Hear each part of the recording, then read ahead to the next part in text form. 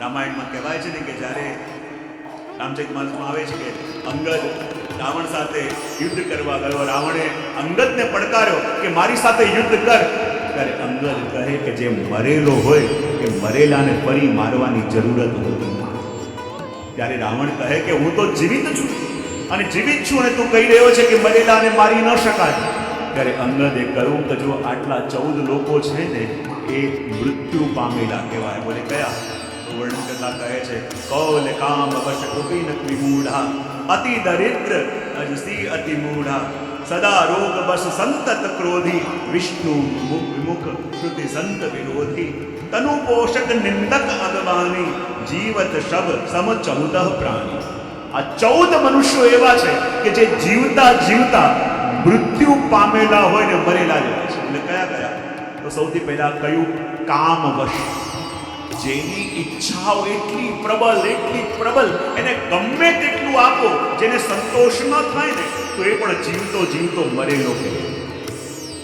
જેની કામનાઓ ક્યારે પણ શાંત થઈ નથી, જેની ઈચ્છાઓ ક્યારે પણ ઢળતી નથી, એ જીવતો જીવતો મરેલો કહેવાય. બીજું કયું? વામાર્ગી, એટલે કે હંમેશા ઊંધા વિચારો, હંમેશા ઊંધા રસ્તે ચાલવા વાળો જે હોય ને એ પણ જીવતો મરેલો કહેવાય. બીજું કયું? કંજૂસ. અને કંજૂસ પણ કેવો? જે કોઈને પ્રશંસાના 2 શબ્દો પણ ન કહી શકે ને એ કંજૂસ. ખાલી દ્રવ્ય ન આપે એ કંજૂસ નહીં, કોઈને પ્રશંસાના 2 શબ્દો કહેવાની પણ જેની અંદર સામર્થ્ય નથી એને કહેવાય કંજૂસ. એ પણ મરેલો કહેવાય. ચોથું કયું? અતિ દરિદ્ર. અને અતિ દરિદ્ર કોને કહેવાય? જેની પાસે ખાલી દ્રવ્ય નથી, જેની પાસે જેને આત્મસન્માનની પણ કદર રહી નથી, જે પોતાના આત્મસન્માનને પણ જાળવતો નથી ને એને પણ જીવતો જીવતો મરેલો કહેવાય. પાંચમું કયું? વિમૂઢ, કે જે મૂર્ખ છે. અને મૂર્ખ કોને કહેવાય? જે પોતાનું કલ્યાણ શેમાં છે એ જાણી ન શકે, જે રસ્તો પતનના માર્ગે લઈ જતો હોય ત્યાં ચાલે અને જેમાં કલ્યાણ હોય ત્યાં ન ચાલે, એ જીવતા જીવતે મરેલો જેવો છે. એવું રામાયણ આપણને કહે છે. પછી કહે છે અજસ. અજસ એટલે કોણ? જેનું બહુ યશ ફેલાયેલું હોય, એનું યશ છીનવાઈ જાય ને તો એ પણ મૃત્યુ છે. માણસના અનેક શરીર હોય છે. જેમ આ ભૌતિક શરીર યા સ્થૂળ શરીર છે ને, એવું માણસનું એક યશરૂપ શરીર, કીર્તિરૂપ શરીર પણ હોય છે. અને જે દિવસે કીર્તિ ખંડિત થઈ જાય તો એ પણ એક પ્રકારનું મનુષ્યનું મૃત્યુ છે. અને અશ્વત્થામા એનું એટલું સન્માન હતું, અને જ્યારે એના મસ્તક પર રહેલો જન્મસિદ્ધ મણિ કાઢી લીધો એટલે હવે એ જ અપમાનિત થઈને ફરવા લાગ્યો. અને ઘણીવાર એકવાર કોઈને મારી દો તો એ ઓછી પીડા છે, પણ અપમાનિત થઈને પલ પલ મરવું પડે એ બહુ આકરી પીડા છે. અને એટલે અહીંયા કહ્યું કે સદા રોગવશ, સદા રોગ રહેતા હોય એ પણ મૃત્યુ છે. અતિવૃદ્ધ, અને કહેવાય ને કે ભલે નાની અવસ્થા હોય પણ પોતાનું કાર્ય પોતે પણ કરવા માટે એને આળસ આવતી હોય એ પણ મૃત્યુ છે. સતત ક્રોધી, જે સતત ક્રોધમાં જ રહેતો હોય ને ત્યારે માનવાનું એ પણ મૃત્યુરૂપ છે. પછી કયું? અદખાની, યાની પાપ કર્મોની કમાઈથી જે પોતાનું પેટ ભરતો હોય એને પણ કહેવાય કે આ પણ મૃત્યુ પામેલું છે. ભલે ચાલતો ફરતો દેખાય, જીવતો દેખાય, પણ મૃત્યુ પામેલો છે. તનુ પોષક, ખાલી શરીરને સાચવવું, ખાલી શરીરને સુખ આપવા એ જેનું જીવનનું લક્ષ્ય હોય એને પણ મૃત્યુ પામેલો કહેવાય. પછી કહેવાય કે પ્રભુની, ધર્મની, ગુરુની નિંદા કરવા વાળો હોય એ પણ મૃત્યુ પામેલો છે એમ કહેવાય. પરમાત્માથી વિમુખ કોઈ જીવ હોય ને એ પણ ચાલતો ફરતો દેખાતો હોય તો પણ મરેલો કહેવાય. અને કહો શ્રુતિ સંત વિરોધી, વેદ અને સંતોની નિંદા કરવા વાળો એ પણ મૃત્યુ પામેલો છે. અને આવી રીતે જ્યારે અશ્વત્થામાનો જન્મસિદ્ધ મણિ કાઢી લીધો અને જેને સતત સન્માન મળતું હતું, હવે અપમાનિત થઈને પલ પલ મરવું પડ્યું. અને અશ્વત્થામા બદલાની આત્મા બળવા લાગ્યો. એકવાર તલવારના એક ઝાટકે મને મારી દીધો હોત તો સારું થાત. આ તો પલ પલ મરવું પડી રહ્યું છે, પલ પલ અપમાનિત થવું પડી રહ્યું છે. તો જે પાંડવોએ મારી આ દશા કરી એમના ઘરમાં કોઈ શ્રાદ્ધ કરવા વાળો ન રહેવા દીધો. અને જાણતો હતો કે ઉત્તરાના ગર્ભની અંદર પાંડવોનો વંશ પડી રહ્યો છે. અને ઉત્તરાના ગર્ભની અંદર પડી રહેલા એ પાંડવોના વંશને મારવા માટે અશ્વત્થામાએ ઉત્તરાની ઉપર બ્રહ્માસ્ત્ર છોડ્યું. એક સૂર્યનો તાપ પણ આપણે સહન ન કરી શકીએ અને બાર સૂર્યનો તાપ હોય એવું બ્રહ્માસ્ત્ર જ્યારે ઉત્તરાને બાળવા લાગ્યું અને ઉત્તરા ભાગતી ભગવાન પાસે આવી. પાહી પાહી મહાયોગી દેવ દેવ જગતપતે, હે પ્રભુ મારી રક્ષા કરો, હે પ્રભુ મારી રક્ષા કરો, આ બ્રહ્માસ્ત્ર મને બાળી રહ્યું છે. હે પ્રભુ, આ બ્રહ્માસ્ત્ર ભલે મારા શરીરને બાળીને રાખ કરી દે, પણ મારા કોખમાં જે પલી રહ્યું છે હે પ્રભુ એ બાળકની રક્ષા, હે પ્રભુ મારા ગર્ભની રક્ષા કરો. એટલા માટે નહીં કે એ મારો પુત્ર છે, એટલા માટે કે એ આપના ભક્તોનો વંશ છે, એ આપના સેવકોનો વંશ છે અને આપના ભક્તોના વંશની રક્ષા કરવી પ્રભુ એ આપનો ધર્મ છે. ત્યારે પ્રભુએ કહ્યું, જો ઉત્તરા તું મારી પાસે આવે છે, અહીંયા તારા ઘરના મોટા મોટા વડીલો ઊભા છે જે એવા પરાક્રમી છે કે જેના પરાક્રમથી આખું વિશ્વ વિચલિત થઈ જાય, એમની પાસે જા. અહીંયા ભીમ પણ છે, યુધિષ્ઠિર પણ છે, અર્જુન પણ છે. અને ત્યારે ઉત્તરા કહેવા લાગી, પ્રભુ આ જગતના જીવો શું રક્ષા કરશે જે પોતે જ એકબીજાની મૃત્યુના કારણ બની રહ્યા છે. પ્રભુ હું તો આપની પાસે આવી છું, આપના શરણે આવી છું. બધા આધારોને છોડીને પ્રભુ એક માત્ર આપ મારા છો એ વિચાર કરીને પ્રભુ આપના શરણે આવી છું. ને જ્યારે ઉત્તરા પ્રભુના શરણે ગઈ ત્યારે ભગવાને ઉત્તરાના ગર્ભની અંદર પ્રવેશ કર્યો અને બ્રહ્માસ્ત્રના તેજને પોતાના તેજમાં શાંત કર્યું. ને જ્યારે ભગવાન ઉત્તરાના ગર્ભની અંદર પધાર્યા ત્યારે ઉત્તરાના ગર્ભમાં રહેલા પરીક્ષિતને ગર્ભની અંદર જ પ્રભુના દર્શન થયા. અને જ્યારે ગર્ભની અંદર જ પ્રભુના દર્શન થયા માટે તો ભાગવતના ઉત્તમ શ્રોતા બન્યા. અને એ બ્રહ્માસ્ત્રના તેજને શાંત કરીને જ્યારે ભગવાન પધાર્યા અને ભગવાનના પ્રભાવને જોઈને બધા આનંદિત પણ થયા. પણ ત્યારે ભગવાને કહ્યું, આટલા દિવસ થઈ ગયા અને હું અહીંયા હસ્તિનાપુરમાં છું, મારા વિના મારા દ્વારિકાવાસીઓ બહુ વિચલિત થઈ રહ્યા છે, મને બહુ યાદ કરી રહ્યા છે, તો મારે હવે દ્વારિકા જવું છે. અને જ્યાં ભગવાને દ્વારિકા જવાની વાત કરીને એ સાંભળતાની સાથે પ્રભુના નિજનો ત્યાં મૂર્છિત થઈને ઢળી પડ્યા. પ્રભુથી એક ક્ષણ દૂર થવાની કલ્પના પણ માનો એ કરી શકતા નતા કે પ્રભુ વિના જીવન કેમ રહી શકે. પણ પ્રભુને તો જવું જ હતું. અને જ્યારે રથમાં સવાર થઈ ભગવાન દ્વારિકા તરફ જવા લાગ્યા અને જેમ જેમ ભગવાનનો રથ આગળ વધે ત્યાં ભગવાને જોયું કે માર્ગમાં કોઈ ઊભું છે અને માર્ગમાં કોઈ એવી રીતે ઊભું છે કે જાણે ભગવાનના રથને રોકવા માટે ઊભું હોય. ભગવાન વિચાર કરે કે આખા જગતના જીવન રથને ચલાવવા વાળો હું, આખા જગતના જીવન રથને હું ચલાવું તો આજે એવું સામર્થ્ય કોની અંદર આવી ગયું છે કે જે મારો રથ રોકીને ઊભું છે. એવું સામર્થ્ય કોની અંદર છે જે મારો રથ રોકીને. ભગવાન કે મારું રથ રોકવાનું સામર્થ્ય મારા ભક્તો સિવાય બીજા કોઈમાં હોઈ ન શકે. અને જ્યાં સામે જોયું તો સામે આજે ઓર કોઈ નહીં, સ્વયં કુંતાજી ઊભા છે. અને કુંતાજી ઊભા છે અને જ્યારે ભગવાને જોયું, અરે બુઆ આપ અહીંયા કેમ ઊભા છો? અને જ્યાં ભગવાન કુંતાજી પાસે ગયા અને કુંતાજી પ્રભુને વંદન કરવા લાગ્યા.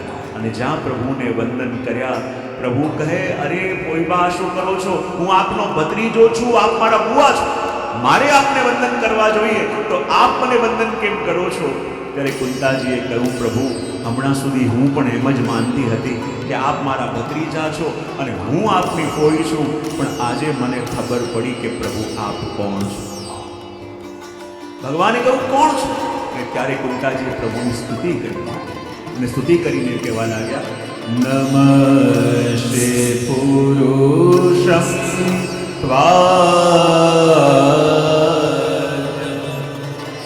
ઈશ્વરમ પ્રકૃતે પરમ અલક્ષ્યમ સર્વભૂતાનાં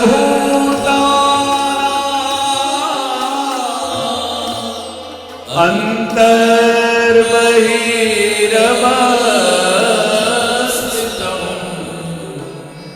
કુંતાજી પ્રભુને વંદન કરીને કહે કે હે પ્રભુ, હું આપને વંદન કરું છું. પ્રભુ કહે કે આપ તો મારા ફોઈ છો, મને વંદન કેમ કરો છો? ત્યારે કુંતાજી કહે કે પ્રભુ હું જાણી ગઈ છું કે આપ કોણ છો. પ્રભુ કે કોણ છું? તો કહે નમસ્તે પુરુષમ તવ આદ્યમ. આપ તો પ્રભુ આ જગતના મૂળ છો. અને પ્રભુ અમે જીવો આપને કેવી રીતે ઓળખી શકીએ? કારણ કે આપ તો એ વટવૃક્ષ છો અને વટવૃક્ષનું નાનકડું પાંદડું એટલે અમે જીવ. આપ તો એ સમુદ્ર છો અને સમુદ્રની નાનકડી બૂંદ એટલે અમે જીવ. પ્રભુ આપ પ્રકૃતિથી પર છો અને અમે પ્રકૃતિને આધીન છીએ. તો પ્રકૃતિને આધીન આ જીવ પ્રભુ આપને કેવી રીતે જાણી શકે? જ્યારે જ્યારે પ્રભુ આપને જાણવાનો પ્રયત્ન કરીએ ને તો જાણીને એટલું જ જાણી શકાય કે આ જગતમાં પ્રભુ આપને કોઈ જાણી ન શકે. પ્રભુ આપને જાણવાનો પ્રયત્ન એવું જ લાગે જેમ પેલા મીઠાના ગાંગડાએ વિચાર કર્યો ને કે હું સમુદ્રમાં છલાંગ લગાવું અને જોઉં કે સમુદ્ર કેટલું ઊંડું છે. એમ વિચાર કરી પેલા મીઠાના ગાંગડાએ સમુદ્રમાં છલાંગ તો લગાવી દીધી.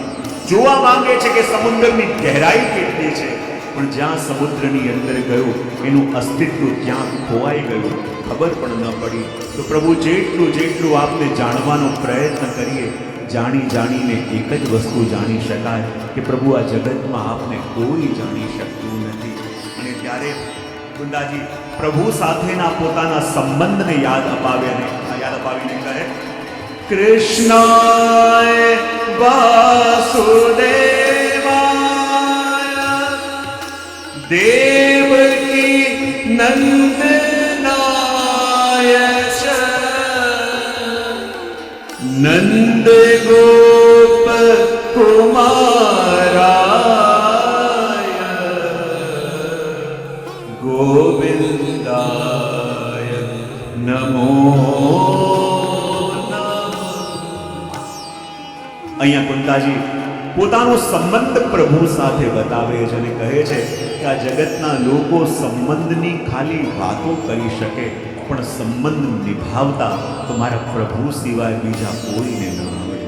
અને જેવું સંબંધ નિભાવતા આપણા પ્રભુ જાણે છે એવું આ જગતમાં કોઈ ન નિભાવી શકે. આપણે તો પ્રભુ સાથેના ખાલી સંબંધની વાતો કરીએ છીએ પણ નિભાવતા તો આપણા પ્રભુને આવે છે. અને માટે કુંતાજી પોતાનો સંબંધ પ્રભુ સાથે બતાવે. કૃષ્ણાએ કહીને મૂળ પ્રભુનું સ્વરૂપ, પછી કહે દેવકી નંદનાય વાસુદેવાય.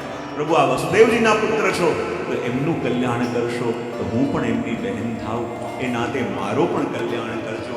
દેવકીજીના પુત્ર છો એનું કલ્યાણ કરશો તો એ નાતે પણ મારો સંબંધ આપની સાથે મારું પણ કલ્યાણ કરજો.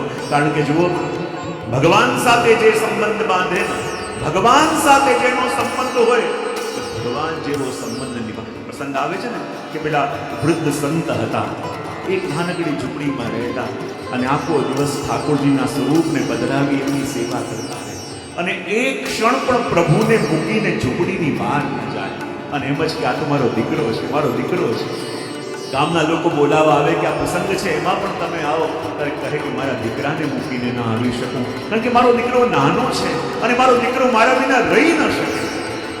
અંદર આવીને લોકો જુએ ક્યાં છે દીકરો, તો નાનકડું લાલનનું સ્વરૂપ ત્યાં બિરાજેલું હોય.